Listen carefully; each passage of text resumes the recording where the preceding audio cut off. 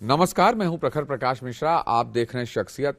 आपकी मुलाकात एक ऐसे मेहमान से कराने जा रहा हूं जिसका ताल्लुक जिंदगी में पहाड़ों से रहा है और पहाड़ों की राजनीति करते करते अब वो तराई में भी हैं और उत्तराखंड के अंदर उनकी जिम्मेदारी भारतीय जनता पार्टी ने दी है कि वो यहां पर परिवर्तन लाएं, यानी कि कांग्रेस को हराना है और बीजेपी की सरकार लानी है।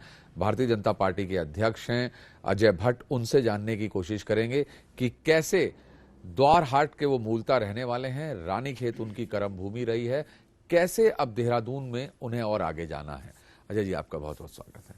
अजय जी, कितनी बड़ी चुनौती और दबाव है कि आपको 70 की विधानसभा है ये, उसमें आपको बहुमत लेकर आना है। चुनौती तो यहाँ की जनता ने स्वीकार कर ली है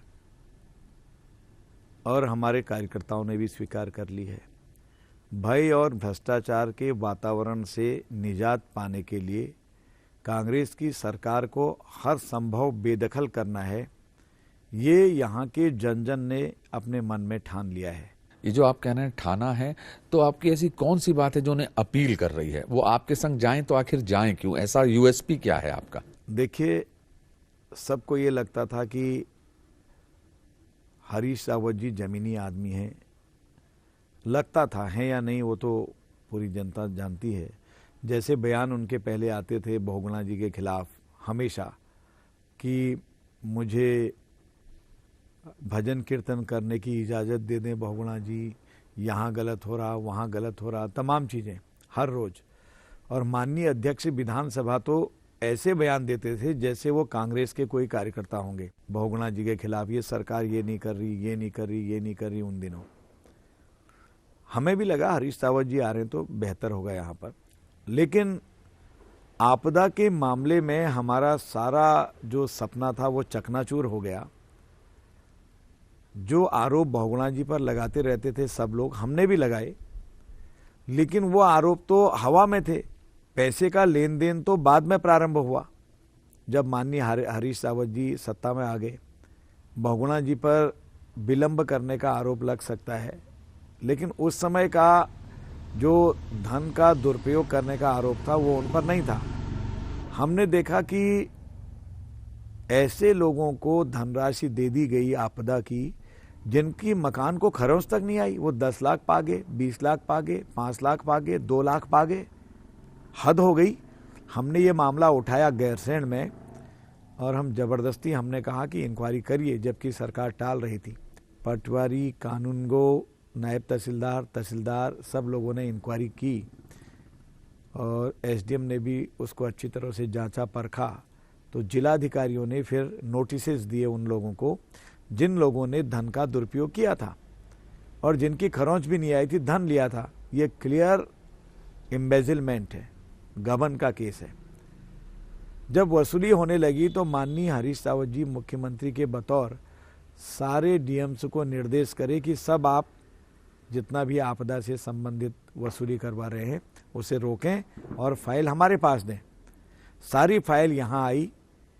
कैबिनेट बुला के बाकायदा उन लोगों का पैसा माफ कर दिया जिन्होंने फ्री में पैसा लिया था और जिनको छत आज भी मुहैया नहीं हुई 3 साल के बाद, वो उनको आज भी नहीं मिली। ये आप मुद्दा बनाएंगे? नहीं है मुद्दा, वो लगातार हम बोल रहे हैं इसको, क्योंकि किसी गबन को कानूनी अमली जामा पहनाने वाला ये पहला राज्य होगा।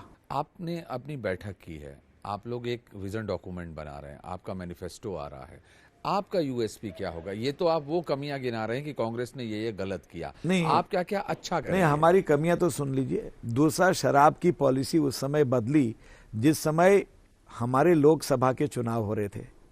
मैंने तब भी कहा कि अंडर टेबल एग्रीमेंट हो गया है, बहुत बड़ी धनराशि ली गई है। वो तो कह रहे हैं कि वो मंडी परिषद से कर रहे हैं, सरकारी कर रहे हैं, आप प्राइवेट हाथों में कर रहे हैं। वो साफ साफ कहते हैं कि आप हर बार प्राइवेट में ले जाते हैं। मैं तो सरकार को दे रहा था। आप सुनिए तो सही, हमारी बात आने दीजिए। वो जो कह रहे हैं फिर पूछिए उनके बारे में। उनका क्या हुआ कि उन्होंने एक पॉलिसी रातों रात बदल दी। मैं आबकारी मंत्री था कि कोई पकड़ भी नहीं सकता था, इसलिए मेरी नॉलेज में बात आ गई।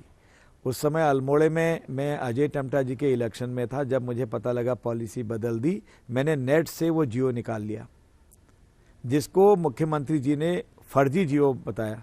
मैंने फिर पत्र लिखा कि सरकार के अगर फर्जी जीओ आ रहे हैं तो ये गंभीर बात है, इसकी इंक्वायरी करिए। वो भी आज तक दबा हुआ है।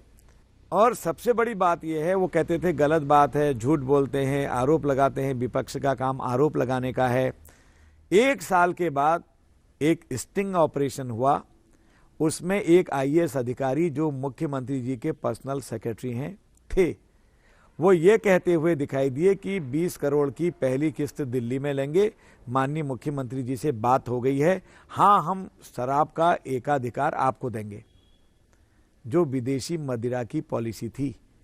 पहले तो ये भी कहा उन्होंने पॉलिसी बदली नहीं है, हमने तो पूरे फाइल की नकल सूचना के अधिकार में ली और फिर जनता को दिखाई। ये देखिए यहाँ के जो मुखिया हैं वो कैसे कैसे बात बदलते हैं और कितना झूठ बोलते हैं। तो वो आईएएस अधिकारी जब स्टिंग ऑपरेशन था तो उसका सस्पेंशन नहीं होता है? नहीं, इनको करना था, यहाँ करना था इनको। हमने कहा जांच कराओ, सीबीआई के लिए रिकमेंडेशन इनको करना था। हमारा मुद्दा है आपदा के मामले में, हमने कहा कि आप आपदा के मामले में जांच कराइए सीबीआई की, नहीं करी। शराब की पॉलिसी में इतना बड़ा आरोप आप पर लगा धन लेने का, उसकी जांच नहीं करवाई। नारी निकेतन में गूंगी बहरी बहनें जिनको उनके घर वालों ने सुरक्षित रहेंगी, सुरक्षित पढ़ेंगी नए सिस्टम से, जो अंधे बहरों का सिस्टम होता पढ़ाने का, और कल को अपना जीवन संवारेंगी, इस तरह से भेजा था। उनकी अस्मिता लूटी गई, उनके साथ बलात्कार हुआ। गूंगी बहरी बोल भी नहीं सकती थी। इसमें भी कहा गया कि अजय भट्ट जी झूठ बोलते हैं, भाजपा के लोग झूठ बोलते हैं, कुछ भी नहीं हुआ है। जब 20,000 महिलाएं निकली मुख्यमंत्री का आवास घेरने के लिए, घबरा के मुख्यमंत्री जी ने जांच के निर्देश दिए, एक महिला अधिकारी को जांच अधिकारी बनाया, जिसमें 33 हमारी नारी निकेतन की बहनें, गूंगी और बहनें, बहरी बहनें हॉस्पिटलाइज हुई। 8 लोग गिरफ्तार हुए उसमें, और 2 लोगों के गर्भ पाए गए। एक का तो गर्भपात हो गया, तो उसको अब बच्चा वहीं दबा दिया नारी निकेतन में। ये हमारे वहां नारियों का सम्मान है। सरकारी संरक्षण में नारी निकेतन चलते हैं। आज भी वो मामला दबाया हुआ है। हमने कहा असली मगरमच्छ कौन है, उसे लाइए, बताइए, जनता के सामने खोलिए। पहले तो आप कह रहे थे कुछ नहीं हुआ, अब बताइए, इतने सारे प्रूफ मिल गए हैं, पकड़िए कौन था असली। आपने चौकीदार पकड़ लिया, आपने क्लर्क पकड़ लिया, और तो पकड़े नहीं। इसलिए एक के बाद एक मामले ये सरकार दबाते गई है। अनाज जो पर्वतीय क्षेत्र के लिए जा रहा था, बोरे के बोरे, 42,000 बोरे कांग्रेस के नेताओं के गोडाउन में मिलते हैं, वो बाजार में बिकने जा रहे थे। इत्तेफाक से हमें पता लग गया, हमने हो हल्ला किया, प्रेस करी, तो बाद में कह दिया नहीं, सरकारी गोडाउन में जगह नहीं थी, इसलिए कांग्रेस के गोडाउन में रख दिया। ये तरीका है कोई? नहीं, लेकिन एक बात बताइए, जब आप कह रहे हैं इतना सब आपने पकड़वाया, तो एफआईआर क्यों नहीं हुई? जब इतना सब आपने पकड़वाया तो वो माल सीज क्यों नहीं हुआ? माल कौन सीज करेगा साहब, मुझे ये बताइए। सैया भये कोतवाल तो डर काहे का। एक मंत्री जो लोकल विधायक हैं वहां के, ये कहते पाए गए डीएम से, उनका वायरल हुआ वीडियो कि आपको ये मामला हर हालत में दबाना है, ये अपने लोग हैं, ये मामला हर हालत में दबाना है, ये अपने लोग हैं। वो वीडियो वायरल हुआ, क्या मुख्यमंत्री जी ने नहीं देखा, मंत्री जी ने नहीं देखा? हम रोज अखबारों में पढ़ रहे हैं, हम इतने बयान दे रहे हैं कड़े, वो नहीं देख सकते? 100 मोटो क्यों नहीं लिया आपने इस प्रदेश को बचाने के लिए? 42,000 बोरे आप खाए जा रहे हैं, कहां जाएगा ये? कौन बचाएगा इस प्रदेश को? हीरो मोटो कॉर्प में आपने 260 करोड़ रुपए का चूना हमारे खजाने को लगा दिया। 2014 में 2006 में 2014 एकड़ जमीन हीरो मोटो कॉर्प ने खरीदी हरिद्वार सिटकुल में। अगर उस समय वो रजिस्ट्री कराते तो हमारे खजाने में बहुत कम धनराशि आती, उनका खर्चा भी कम होता स्टैम्प ड्यूटी के रूप में। आज 2014 में माननीय हरीश रावत जी मुख्यमंत्री बने, आते ही उन्होंने 2006 के रेट से 2014 में रजिस्ट्री करा दी। सत्ताधारी पक्ष के लोगों के जेब में पैसा गया और खजाना खाली हुआ। हमने इस बात को भी उठाया, इंक्वायरी करवाई। पहले मान नहीं रहे थे, हम धरने पर बैठे, इंक्वायरी हुई तो इंक्वायरी अधिकारी एक आईएएस अधिकारी थे, 1 अरब 11 करोड़ रुपए जमा करने के निर्देश हो गए हैं। आप बार बार कह रहे हैं कि इतने सारे इन्होंने भ्रष्टाचार किए हैं, ये आरोप हैं, ये बातें विधानसभा में उठी हैं, ये बातें आपने सड़कों पे लेके मोर्चा निकाला है, तो आखिर क्या वजह है कि हरीश रावत 2.5 साल से सत्ता में बने हुए हैं? नंबर से है ना, बहुमत है। अब आप बताइए, हमने एक माननीय विधायक जी को रंगे हाथों नोट पकड़ने में पकड़वाया, यानी कि स्टिंग ऑपरेशन हुआ। उनकी कैसेट हमने माननीय अध्यक्ष विधानसभा को दी। पहले तो सरकार को ही स्टेप लेना चाहिए था। फिर विधानसभा के अध्यक्ष जी ने एक ज्वाइंट पार्लियामेंट्री कमेटी का निर्माण किया। उसकी एक भी बैठक आज तक नहीं हुई, 2.5 साल हो गया है, एक भी बैठक, क्योंकि वह सत्ताधारी पक्ष का विधायक था, मामला दब गया। हमने एक कैसेट बना के दी, जो आपदा किट इस सरकार ने बनाया, उसमें किस तरह से घोटाला हुआ, रेट कैसे थे, क्या थे, ये सारी चीजें आई। डबल रेट मांगते हुए बाजार में व्यापारी से वो लोग कह रहे हैं कि हम इतना आपको दे देंगे और आप इसका रेट ये कर लो। व्यापारी कह रहे हैं हाँ हाँ इसी में बना देते हैं, और किट बन गई। करोड़ों का रुपये का घपला उसमें हुआ। हमने वो भी कैसेट दी, वो दब गई। लेकिन हरीश रावत बार बार कह रहे हैं कि साहब मैं तो भ्रष्टाचारी हूं, आप कहते हैं, बकौल आपके बीजेपी के। आपके यहां से विजय बहुगुणा दूध के धुले हुए हैं, आपके यहाँ से हरक सिंह रावत दूध के धुले हुए हैं, आपके यहाँ से कोश्यारी जी दूध के धुले हुए हैं, खंडूरी जी दूध के धुले हुए हैं, और जो सबसे बड़े हैं निशंक जी, वो गंगा जल पी के बैठे हैं। फिर वो सारे बीज घोटाले से लेके कुंभ का घोटाला तक सब गिनाते हैं और कहते हैं जांच करा लीजिए, मेरे नाम पे कितनी संपत्ति है, मेरे नाम पे कितना पैसा है, मुझसे ट्रांसफर कर लीजिए। ये वो खुलेआम आज कह रहे हैं। सबसे भावुक बात बोलते हैं। बहुगुणा जी के साथ 2 साल तक रहे आप, अभी 18 मार्च को तो इस साल आप अलग हुए हैं। किसने रोका? हम तो लगातार कहते रहे जांच करवाइए, चाहे बहुगुणा जी हो, चाहे हरक सिंह जी हो, कोई भी हो। आपने जांच कराई कि आपके हाथ पर तो जांच एजेंसी थी। अब आप कहते हैं कि जांच करा लीजिए। कौन जांच कराएगा भाई? खंडूरी जी की ईमानदारी कौन नहीं जानता है? भगतदा की सादगी और ईमानदारी कौन नहीं जानता है? पूरा प्रदेश नहीं, देश जानता है। निशंक जी पर जो आरोप लगे थे उसके बारे में सुप्रीम कोर्ट ने कहा कि गलत आरोप है, हाई कोर्ट ने कहा कि गलत आरोप है। तो आप क्या कर लोगे इसमें, बताओ मुझे? जबरदस्ती आरोपित करोगे हमारे लोगों को? अभी कल घोषणाओं के बारे में मुझसे मत कहना। भाजपा वालों को मैं आगाह करता हूं, मैं पोल खोल दूंगा। क्या पोल खोलेंगे आप? क्या है आपके पास? खोलो ना। ये बंदर घुड़की देना बंद करिए मुख्यमंत्री जी। वो बार बार कह रहे हैं कि जितने पट्टे दिए विजय बहुगुणा ने दिए, जितने पट्टे और खनन का काम किया वो निशंक ने किया। रमेश पोखरियाल निशंक का आप दस्तावेज नहीं तो जांच करवाइए ना। वो कह रहे हैं मैंने अगर एक किया हो तो आप बता दीजिए। आप श्वेत पत्र जारी कर दें, किसने कितने पट्टे। वो तो कह रहे हैं हम चुगान नीति ले आए, उनके हमने तो कहने नए से कानून बना दिए। उनके कहने से क्या होगा? अभी आप ही थोड़ी देर पहले कह रहे थे कि प्रूफ होना चाहिए। हम तो प्रमाण दे रहे हैं ना। मैं कहता हूं हरीश रावत ने सारे गलत काम कर दिए, है ना, लेकिन वो हाई कोर्ट से भी जीत जाते हैं, वो सुप्रीम कोर्ट से भी जीत जाते हैं। और आप लोग बार बार जा रहे थे गवर्नर साहब के पास, उसके बाद भी आप लोग को कहां दिक्कत आ गई? वो इसी का तो फायदा ले रहे हैं। अगर ये माना जाए, वो कहते हैं साहब मुझे बता दीजिए अगर मैं ही गलत था तो क्या इस देश का सुप्रीम कोर्ट भी गलत है, यहाँ का हाई कोर्ट भी गलत है? नहीं, सुप्रीम कोर्ट भी सही है, हाई कोर्ट भी सही है, गलत नहीं है। मैं आपको बताता हूं। देखिए 18 तारीख को जब हम माननीय राज्यपाल महोदय से मिले, सारी दुनिया ने देखा 32 लोग यहां बैठे हैं कांग्रेस के और 36 लोग भाजपा के यहां बैठे हैं। राज्यपाल महोदय ने बाकायदा एक एक की वीडियोग्राफी की है। संविधान के अनुच्छेद 212 में लिखा है कि विधानसभा अध्यक्ष या पीठासीन अधिकारी, चाहे संसद के हों कोई भी, उसका अलग प्रोविजन है। विधानसभाओं के लिए 212 है। वो जो भी डिसाइड कर देते हैं उस पर कोर्ट कोई प्रश्न चिन्ह नहीं लगाएगी, आर्ग्यू नहीं करेगी। इसी का फायदा उनको नीचे से ऊपर तक मिलते रहा। और इधर 7 लोगों का गला काट दिया, 9 लोगों का। तो बहुमत हमारे पास तो था नहीं, बहुमत उधर हो गया और फायदा कोर्ट में वही लेते रहे। हाई कोर्ट ने कहा नो, हम आर्ग्यू नहीं कर सकते इसमें। Speaker is supreme. हाँ, supreme, master of the house, master of the house. तो ऊपर सुप्रीम कोर्ट में गए, उन्होंने कहा नहीं भाई फ्लोर टेस्ट करो, लेकिन स्पीकर ने जो कह रखा है उस पर हम कुछ नहीं बोलेंगे। उस समय संविधान निर्माताओं को यह पता नहीं होगा 2012 से 2017 तक गोविंद सिंह बिष्ट जी नाम के कोई व्यक्ति पीठासीन अधिकारी बनेंगे, स्पीकर बनेंगे, अगर उनको पता होता कि ऐसे व्यक्ति भी बनेंगे तो वो इसमें अमेंडमेंट करते, संशोधन करते। इस देश में पुरुषोत्तम राजर्षि पुरुषोत्तम टंडन जी जैसे, हाँ, राजर्षि पुरुषोत्तम दास टंडन जैसे लोग भी हुए हैं जिन्होंने कहा विपक्ष को अगर शंका भी हो जाए मेरे पर, कहे नहीं लेकिन शंका हो जाए, मैं पद त्याग दूंगा।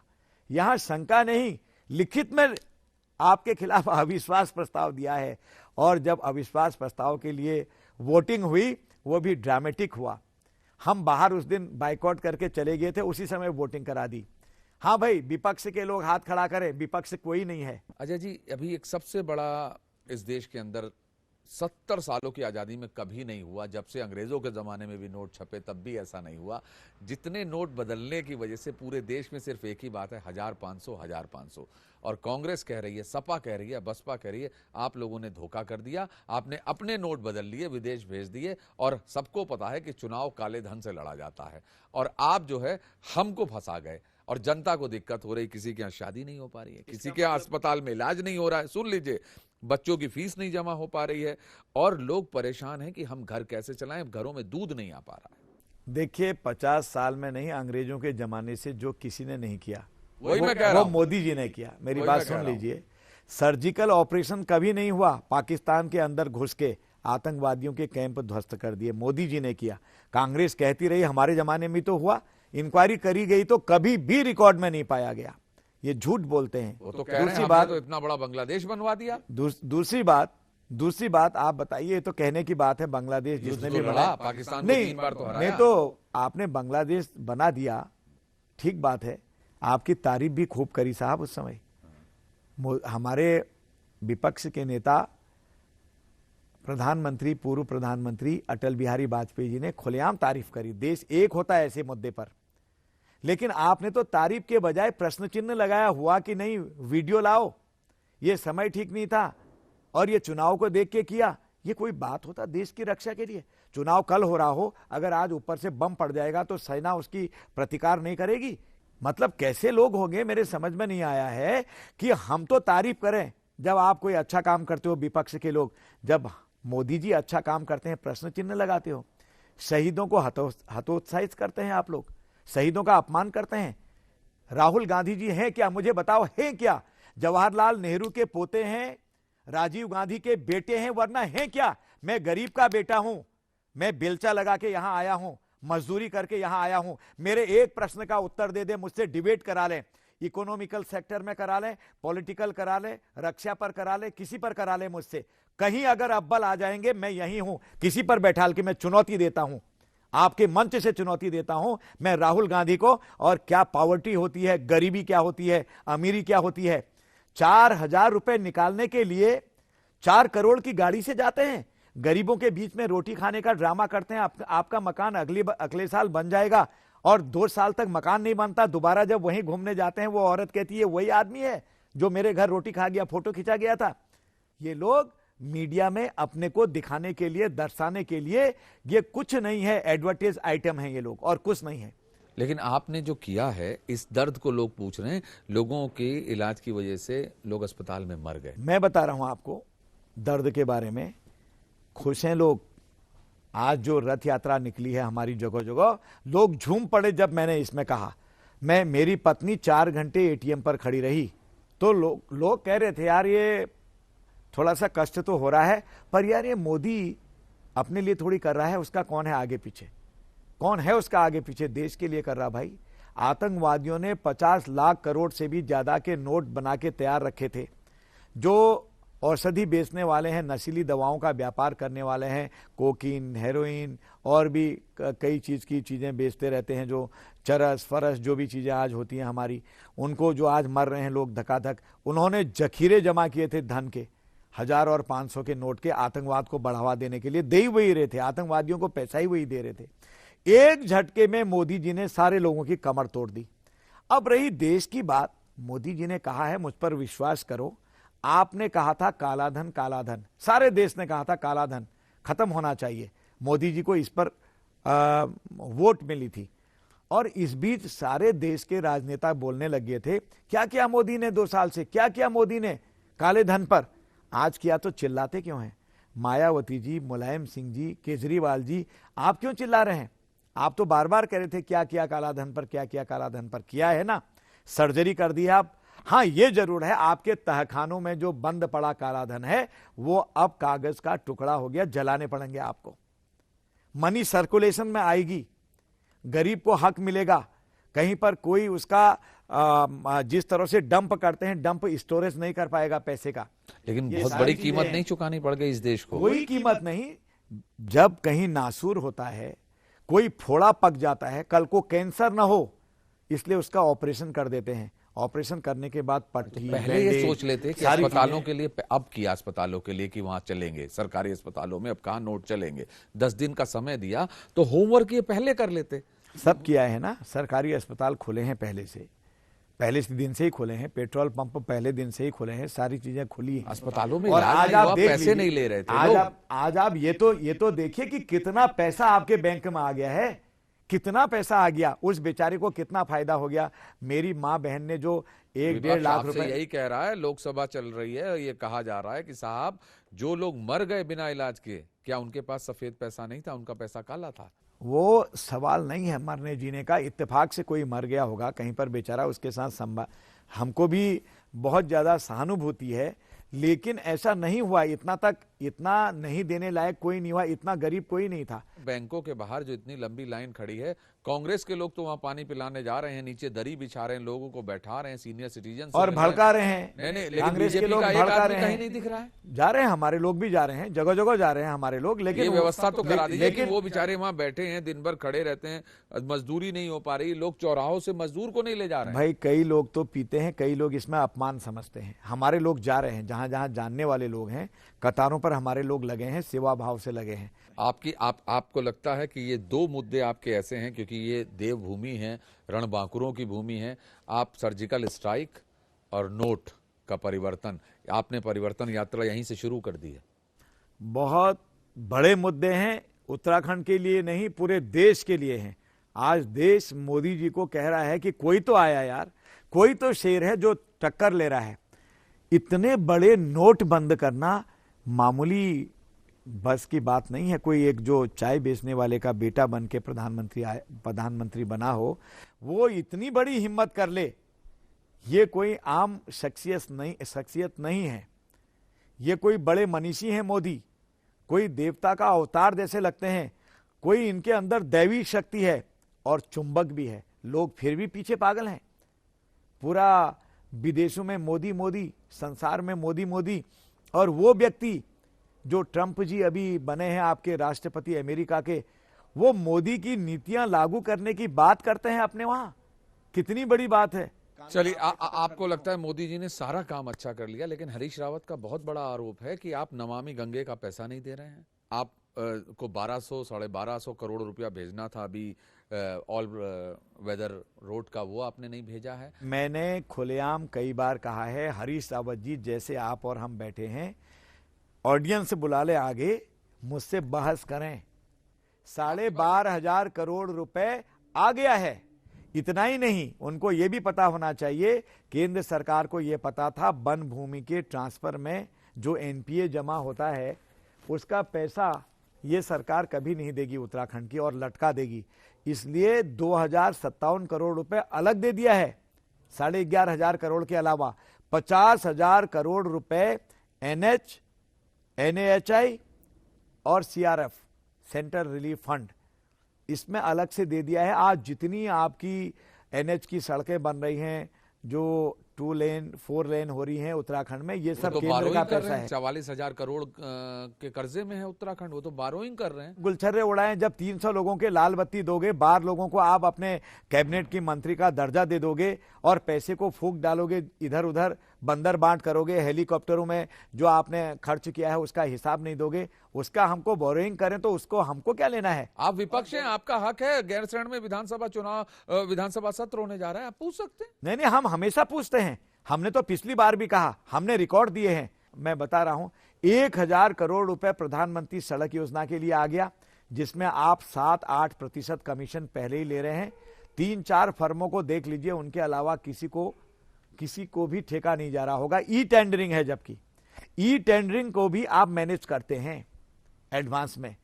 1057 करोड़ आपका विद्युतीकरण के लिए आ गया, कोई मोहल्ला, कोई गांव, कोई गली न छूटे।